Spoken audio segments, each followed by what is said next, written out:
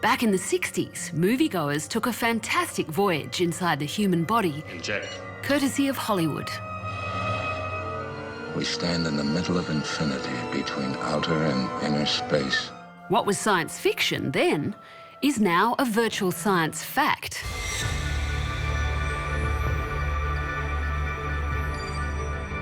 We can take the data and we can use VR technologies and fuse them together and actually allow people to experience it in the same way that we see in these sci-fi movies. Wow, this is amazing. You're in the vessel yourself. I know, right inside it. You've been miniaturized, and now you're inside the cancer cell. In this story, we reveal how virtual reality is providing Australian scientists, doctors and patients with a striking new tool for research and education. Wow, so it feels like I'm standing on the surface of an alien planet. It's actually a completely immersive process. It's a place that you go. And I argue that that actually will change the paradigm of education.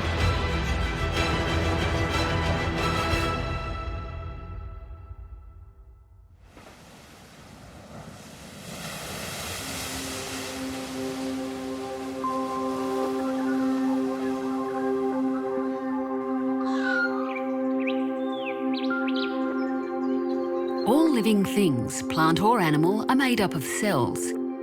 From the biggest and most complex organisms to the tiniest of creatures.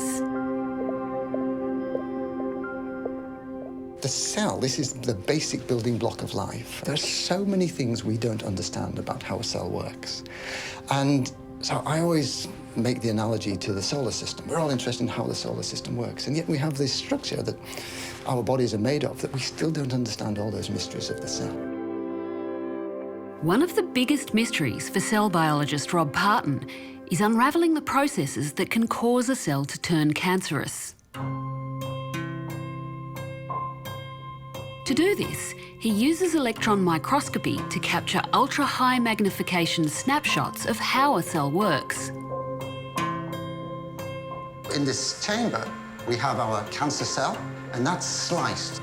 And each of those slices that's removed is 1,000th the thickness of a human hair. In a painstakingly slow process, over 1,000 slices are imaged and compiled into a movie. And that's the starting point for this cell's singular journey to Sydney, where the magic between art and science begins. Rob's images will be brought to life by Dr. John McGee, the director of the 3D Visualisation Aesthetics Lab at the University of New South Wales. As designers and artists, we look at the data sets. We don't necessarily see science. We see landscape. We see shape, we see colour. So basically visualising the invisible. John's first step is to build a 3D model from the two-dimensional images. This particular cell is a migratory cancer cell, and we can move through the cell membrane and we can see right into the cell. To often make a leap, we have to add things that maybe the data doesn't have. We had to add walkways, so you could walk from different aspects of the cell, from the nucleus to the endosomes. We also had to add lighting, and also because the data was so complex, we had to think of it on different levels, almost akin to a computer game. Then it's back up to Brisbane for a road test of the prototype with Rob. Wow, this is amazing. This is the nucleus that contains all the genetic information. We can see these worm-like structures. These are the mitochondria. So these are generating the energy to be used by the cell. We think it is obviously a fantastic educational tool to be able to walk around inside the cell, put your head inside a mitochondria and have a look around. This is fantastic. But I think this is also the future, because what we'd like to be able to do is take our molecules that are mutated in different forms of cancer, put those into the context of a virtual reality cell, so we can see how they work.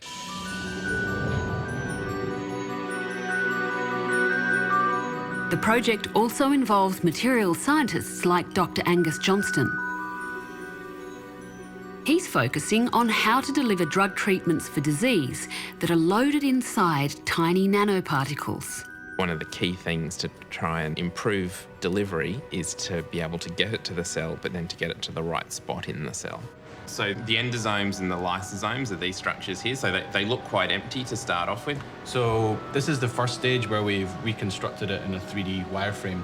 And then we've got the late and early endosomes as yellow and that purple colour. The endosomes and lysosomes act like stomachs, digesting and destroying what comes into them.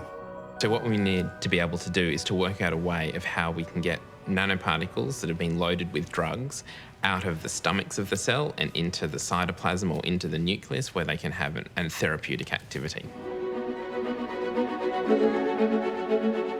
Gradually, the cell and its many components take shape, Now we're going to put this headset onto it. Fantastic. culminating in a 3D virtual reality breast cancer cell like no other. Wow, the level of detail you can see once you get in here, it's unbelievable. I can see the cell surface directly beneath me. For the first time, Angus can literally sidle up to a nanoparticle as it touches down on the cell surface and watch it disappear inside. Over here, I can now see a large wave forming on the surface of the cell, and it's going to take inside the cell multiple nanoparticles. Being able to clearly visualise how particles enter the cell in different ways is an essential research tool. As we develop a better understanding of how nanoparticles move throughout the cell, we can add these nanoparticles to the model of the cell, and so we can see where these materials are going, and it's much easier to communicate on that level. Once inside, it's time to get to the guts. So this is the endosome, so this is where all our particles end up. When we look in 2 dimensions, they look like they're separate little bubbles, but now I can actually look around and I can see the interconnected nature of them. It almost feels like I should be able to taste the water as I pop my head inside and outside these compartments. It's clearly a grouping adventure, but does it hold up as a teaching tool? You can see all that structure and you can look at it from any angle. There's no predefined, oh, this is what I think I need to be looking at. You can decide, well, this is interesting, but I can see something else over there, and that's just as interesting, and you can find out new information by exploring yourself. Just like in the movie The Fantastic Voyage, the team have also entered the tricky territory of the brain. Dr. Michaels, the channel is getting awfully narrow. Yes, we're entering a capillary. Try to stay in the middle. It takes a truly adventurous spirit to look into one's own brain. But this is exactly what a team of medical experts are doing with virtual reality to educate stroke victims. The blues take quite a bit of effort to I'll have a little rest break after those. Victor is recovering well from a stroke that hit him 7 months ago. I knew that my weight was a problem, although I did have severe difficulty doing anything about it. And I did have diabetes, but not seriously. I thought I was keeping everything under control enough that I wouldn't have the problem, but I was wrong. Welcome to event management. More specifically... So this will be really good as a baseline for us to know what we're aiming for. Intensive speech and occupational therapy sessions have paid huge dividends for Victor, but it's a long, hard road to recovery. You must use one of these case studies for your assessment tasks. About 50,000 people a year suffer with stroke, and then stroke doesn't go away. It's like a chronic illness in that the risks of repeated strokes are high, and a lot of people live with stroke-related disability. Associate Professor Stephen Foe is Victor's rehabilitation physician at St Vincent's Hospital. His team is a key player in the virtual reality project. We had been working on this research to look at people's blood vessels, taking their MRIs and CT scans and creating a bespoke or a tailored immersive experience, essentially walking them down their own blood vessels so that we could show them how the stroke occurred. And see the build-up of the arterial plaque. With guidance from the medical team, a narrative emerges. how do you walk around your own blood vessel? Yeah? Because if you just put the raw data, it would be very difficult to interpret. And we see things that we can actually tell a story with and engage people in what they're looking at in a different way to just pure science. So it's almost meaning beyond words. Oh, the blood's coming through. So you're right in there now. Witnessing the conditions that caused his clot could help Victor avoid the risk of another stroke. You're going to see that the wall will change colour and it will start to deposit this sort of yellow plaque on it. And if you turn to your left, can you see how narrow that is compared to the one on the other side? This is what's led to your stroke. The diabetes and the smoking and the poor diet has made that narrower and narrower.